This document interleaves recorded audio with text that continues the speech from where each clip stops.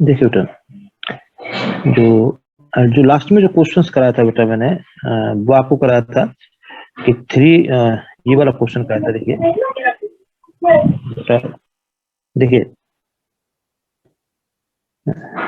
आप जो है उसको कम करिए बेटा, अपनी साउंड को बेटा। देखिए क्वेश्चन नंबर जो है 15, क्वेश्चन नंबर 15 आप देखें, अपने बुक से भी आप रीड करें और मैं यहाँ से आपको रीड करके बताता हूँ बेटा। ठीक है, क्वेश्चन नंबर 15 देखें बेटा।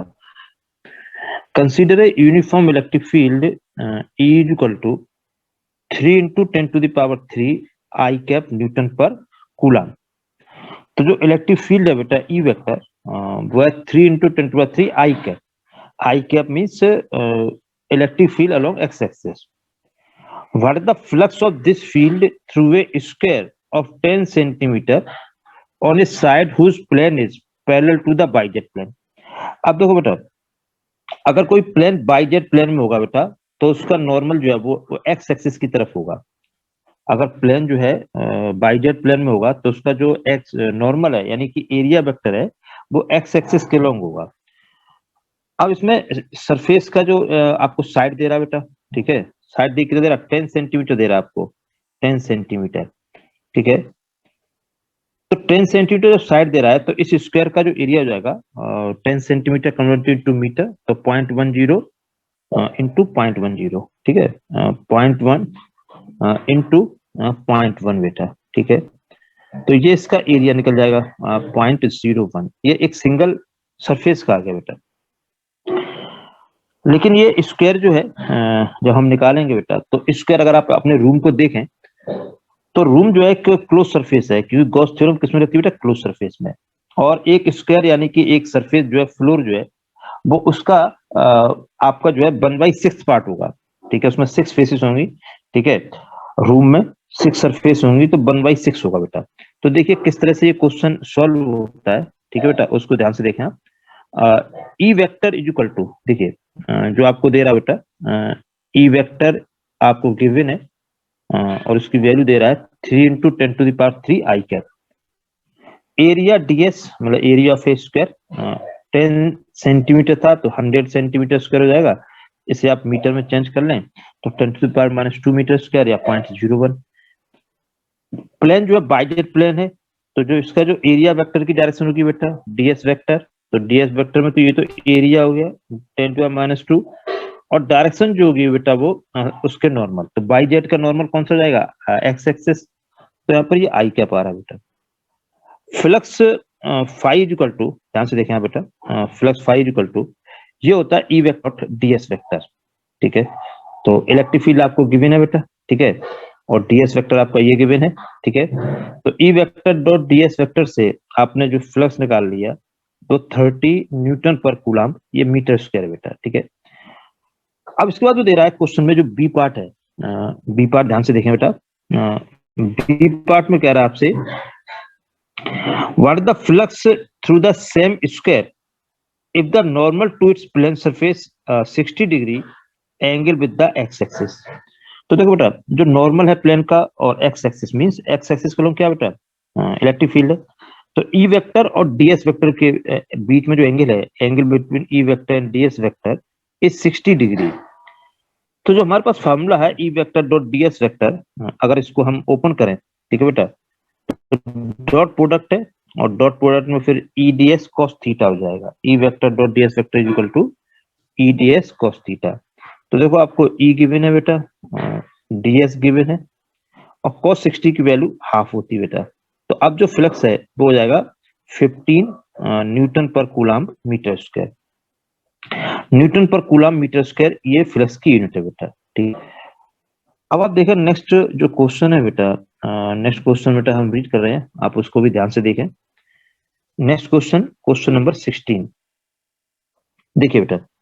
क्वेश्चन नंबर 16 देखिए, what is the net flux of the uniform electric field of exercise 1.15। मतलब इस जो electric field x axis column थी ना, तो what is the net flux of the uniform electric field of exercise 1.15 through a cube of side 20 centimeter oriented so that its faces are parallel to the coordinate planes बेटा।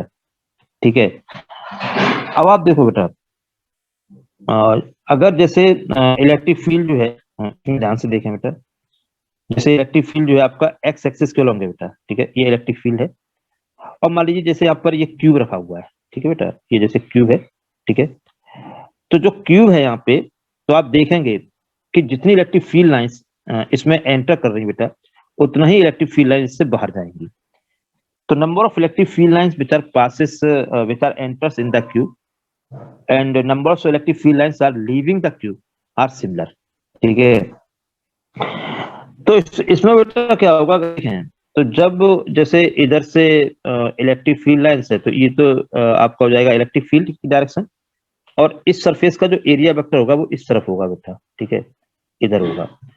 तो इसमें तो theta जो हो जाएगा बेटा वो हो जाएगा 180। ठीक है, और आप जब निकालेंगे ईडीएस कॉस थीटा से, तो ईडीएस कॉस 180 हो गया बेटा।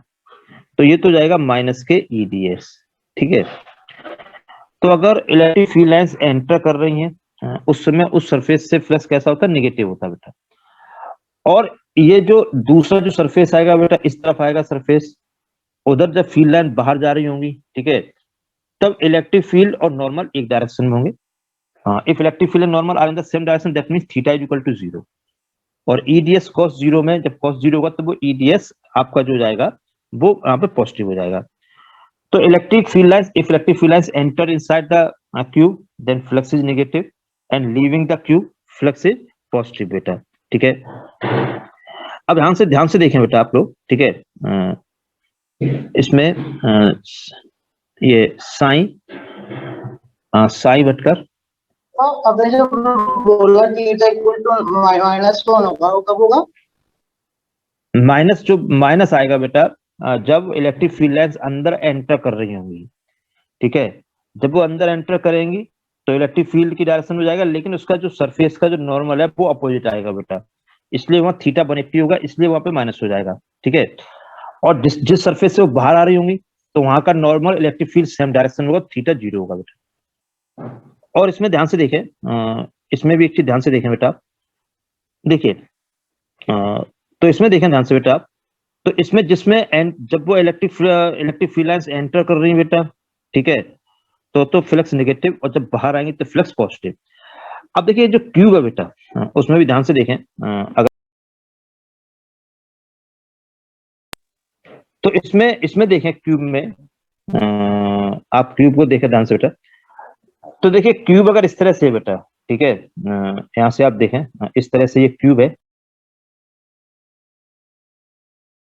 देखिए बेटा, जो क्यूब है हमारा, ठीक है, तो वो इस तरह से है बेटा। ठीक है, इस तरह से देखें क्यूब में आप। ठीक है, जैसे माचिस की डिब्बी रखी हुई बेटा। तो इस इधर वाले के लिए नॉर्मल और इलेक्ट्रिक फील्ड इस टाइप है बेटा, तो थीटा 180 हो जाएगा। ठीक है बेटा, और जब आप इसमें निकालोगे बेटा तो नॉर्मल और इलेक्ट्रिक फील्ड ये सेम डायरेक्शन हो जाएगा, थीटा 0 हो जाएगा। बाकी जो सरफेस बचेंगी बेटा, है ना, तो इलेक्ट्रिक फील्ड इस डायरेक्शन में है बेटा, ये इलेक्ट्रिक फील्ड है, और ये हो जाएगा नॉर्मल, ये इस सरफेस का डीएस वेक्टर जैसे ले रहे बेटा, तो यहाँ थीटा 90 होगा। तो इसमें अगर हम सरफेस वाइज देखते बेटा, तो जो क्यूब में आपके जो है, जो क्यूब में जो फेसेस हैं बेटा, उसमें एक में एंगल 180 होगा, अनदर एंगल 0, और रिमेनिंग एंगल्स 90 डिग्री। ठीक है बेटा, तो देखिए बेटा किस तरह से ये क्वेश्चन सॉल्व हो रहा है, जो मैंने अभी आपको समझाया है। ठीक है, एक बार ध्यान से देखें। तो जो हमारा जो सरफेस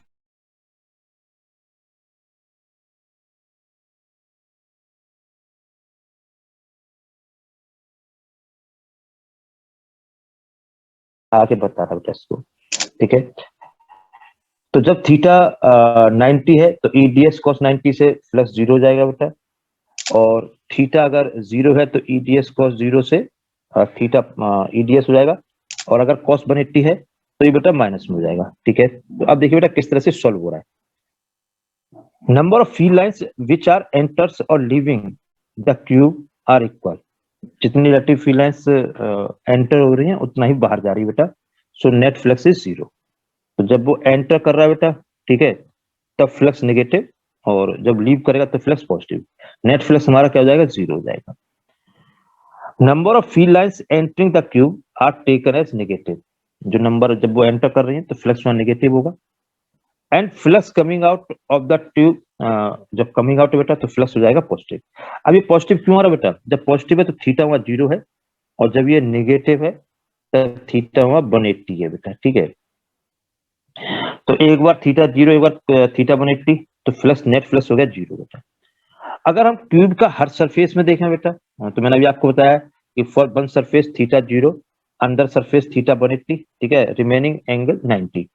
तो देखो बेटा फ्लक्स फाइव इक्वल टू आपका जो होगा क्लोज इंटीग्रेशन होता है इसमें, तो ईडीएस कॉस 0 एक सरफेस के लिए बेटा, ईडीएस कॉस 0, दूसरे के लिए ईएस कॉस 180, ठीक है, और बाकी 4 सरफेस के लिए थीटा 90। तो क्यूब में फेज होता है और जब इसमें 0 ये